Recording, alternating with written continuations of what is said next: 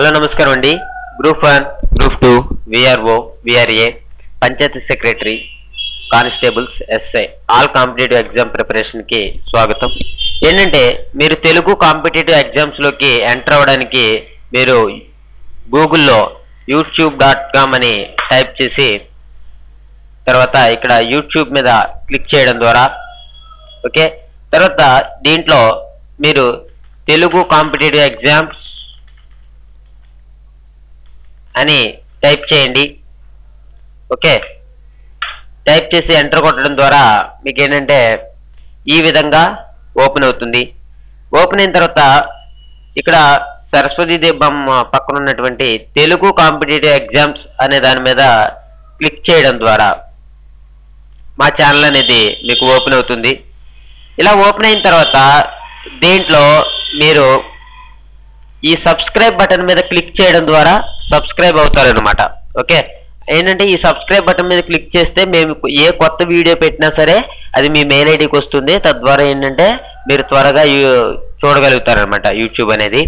తర్వాత ఏంటంటే మీరు ఇక్కడ ఉన్నటువంటి వీడియోస్ మీద క్లిక్ చేయడం ద్వారా ఇక్కడ చూసారు కదా, వీడియోస్ అనే దాని మీద క్లిక్ చేయడం ద్వారా ఏంటంటే ఈ విధంగా వీడియోస్ అనేవి ఓపెన్ అవుతాయి. ఇవన్నీ కూడా చూసిన తర్వాతే, ఇవన్నీ చూస్తే మాత్రమే మీకు నాలెడ్జ్ అనేది పెరుగుతుంది. అంతే తప్ప 1, 2 చూస్తే మీకు నాలెడ్జ్ అనేది పెరగదు. ఇవన్నీ చూడాలి.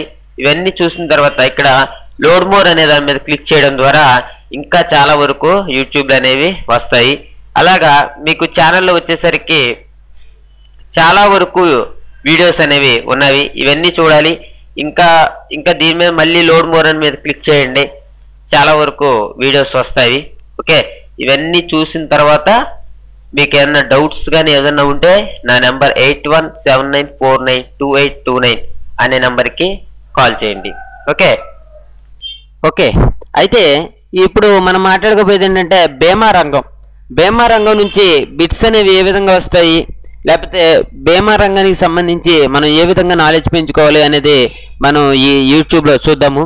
అలాగైతే బీమా రంగాన్ని ముఖ్యంగా ఎన్ని రకాలుగా విభజించారంటే బీమా రంగాన్ని ముఖ్యంగా 2 రకాలుగా విభజించడం జరిగింది. ఒకటి వచ్చేసి జీవిత బీమా రంగం, రెండోది వచ్చేసి సాధారణ బీమా రంగం. ఒకటి జీవిత బీమా రంగం, 2 సాధారణ బీమా రంగం అనమాట. అలాగైతే జీవిత బీమా విధానం మన దేశంలో ఎప్పుడు ప్రారంభమైంది? ఓకే, జీవిత బీమా విధానం మన దేశంలో ఎప్పుడు ప్రారంభమైంది అని కనుక మనం అడిగితే 1818 సంవత్సరంలో ఎక్కడ మనకి Calcutta oriental life insurance company ద్వారా ప్రారంభమైంది. ఓకే, మనకి ఏంటంటే ఇది Calcutta oriental life insurance company ద్వారా మనకి 1818 సంవత్సరంలో ఈ యొక్క జీవిత బీమా విధానం అనేది ప్రారంభమైంది అని మనం చెప్పొచ్చు. తర్వాత కనుక మనం చూసుకుంటే స్వాతంత్రానంతరం జీవిత బీమా సంస్థలను ఎప్పుడు జాతీయం చేశారు అంటే స్వాతంత్రానంతరం 1956 సెప్టెంబర్ 1న ఓకే, సెప్టెంబర్ 1న మనకిది ఈ జాతీయం చేయడం జరిగిందనమాట. ఏంటంటే అప్పటి వరకు ఉన్న ప్రైవేటు జీవిత బీమా సంస్థలను ఎల్ఐసి చట్టం కింద జాతీయం చేసి జాతీయ జీవిత సంస్థను ఏర్పాటు చేశారనమాట. ఓకే, అప్పుడే మనకి ఎల్ఐసిని ఏర్పాటు చేశారు. ఓకే, తర్వాత ఏంటంటే ఎల్ఐసి యొక్క ప్రధాన కార్యాలయం ఎక్కడ ఉంది అంటే మనకి ముంబైలో ఉంది. ఎక్కడుంది? ఎల్ఐసి యొక్క ప్రధాన కార్యాలయం మనకి ముంబైలో ఉంది. ఏమంటే ఏంటంటే మనకి ఎల్ఐసికి సంబంధించి కూడా మనకి బిట్స్ అనేవి వస్తున్నాయి కాంపిటేటివ్ ఎగ్జామ్స్లో. అందుకని మేము చెప్తున్నాము ముంబైలో ప్రారంభించబడింది. ఓకే, తర్వాత కనుక మనం చూస్తే సాధారణ బీమా సంస్థలను ఎప్పుడు జాతీయం చేశారు? సాధారణ బీమా సంస్థలను ఎప్పుడు జాతీయం చేశారంటే 1973 జనవరి 1వ తారీఖున మనకిది జాతీయం చేయడం జరిగింది.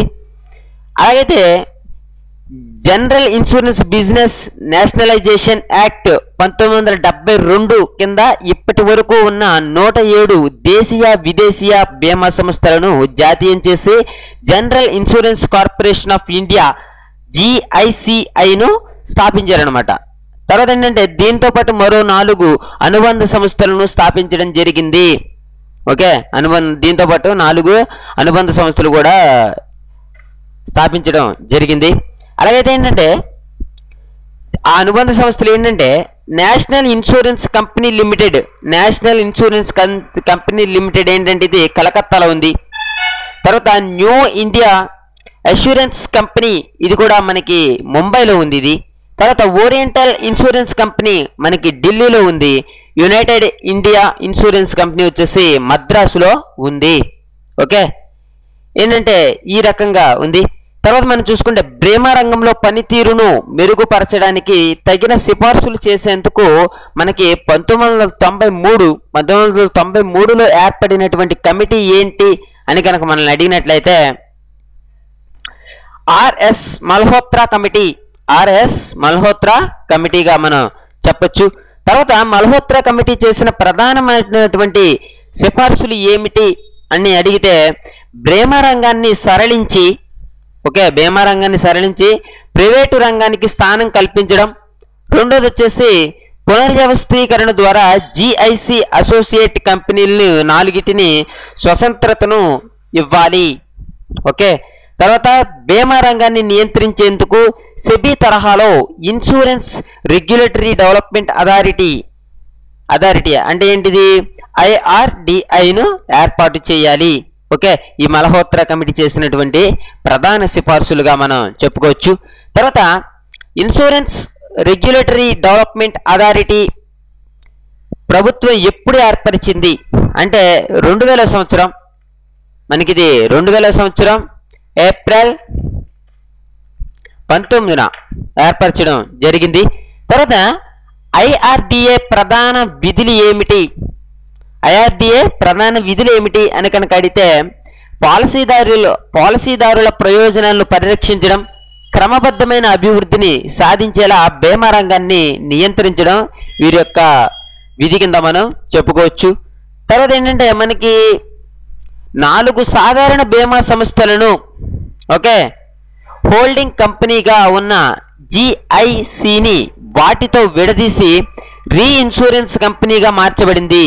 అయితే ఇది ఎప్పుడు ఎవరి సిఫార్సుల మేరకు చేశారు అంటే మల్హోత్రా కమిటీ సిఫార్సుల మేరకు మనకి 2000 సంవత్సరం నవంబర్ మనకి 3వ తారీఖున నవంబర్ 3న చేయడం జరిగింది. తర్వాత ఏంటంటే రైతులకు రుణాలు అందించే ఉద్దేశంతో ఏర్పడిన agriculture insurance company of India limited ఏ సంవత్సరంలో ఏర్పడింది అంటే 2002 డిసెంబర్లో ఏర్పడింది. ఓకే, ఇంతవరకు కూడా మనం బీమా రంగం గురించి మనం చెప్పుకోవచ్చు అనమాట, ముఖ్యమైనటువంటి బిట్లుగా చెప్పుకోవచ్చు. అలాగైతే మనకి దీంట్లో ముఖ్యంగా ఏంటంటే బీమా రంగంలో పనితీరును మెరుగుపరచడానికి తగిన సిఫార్సులు చేసేందుకు ఏర్పడినటువంటి కమిటీ ఏంటి అని అడిగితే మనం ఆర్ఎస్ మల్హోత్రా కమిటీ అని చెప్పాలి. ఇంకా దీంట్లో మనకి ఇంకా చాలా ఇంపార్టెంట్ అయింది ఏంటంటే LIC యొక్క ప్రధాన కార్యాలయం ఎక్కడుంది అంటే ముంబైలో ఉంది. తర్వాత జీవిత బీమా విధానం మన దేశంలో ఎప్పుడు ప్రారంభమైందంటే 1818లో ప్రారంభమైంది. బీమా రంగాన్ని ఎన్ని రకాలుగా విభజించారంటే 2 రకాలుగా విభజించారు. ఇవన్నీ కూడా చాలా ఇంపార్టెంట్ అయినవి. తర్వాత మనం చూస్తే మల్హోత్రా కమిటీ చేసినటువంటి ప్రధాన సిఫార్సులు ఏంటి అంటే బీమా రంగాన్ని సరళీకరించి ప్రైవేటు రంగానికి స్థానం కల్పించడం, పునర్వ్యవస్థీకరణ ద్వారా GIC అసోసియేట్ కంపెనీలు 4 స్వతంత్రతను ఇవ్వాలి.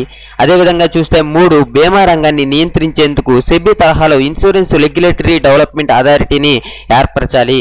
ఇవన్నీ కూడా మనకి చాలా ఇంపార్టెంట్ బీమా రంగం నుంచి వచ్చేటటువంటి వాటిల్లో. ఓకే, ఏంటంటే ఈ యూట్యూబ్ అయిపోయిన తర్వాత దీని తర్వాత వచ్చేటటువంటి స్క్రీన్ మీద కనపడుతున్న 4 యూట్యూబ్ని కూడా మీరు చూడడానికి ప్రయత్నించండి. మీకు ఈ వీడియో నచ్చితే లైక్ చేయండి, షేర్ చేయండి, సబ్స్క్రైబ్ చేసుకోవడం మట్టికి మర్చిపోవద్దు. Thank you for watching. Have a nice day.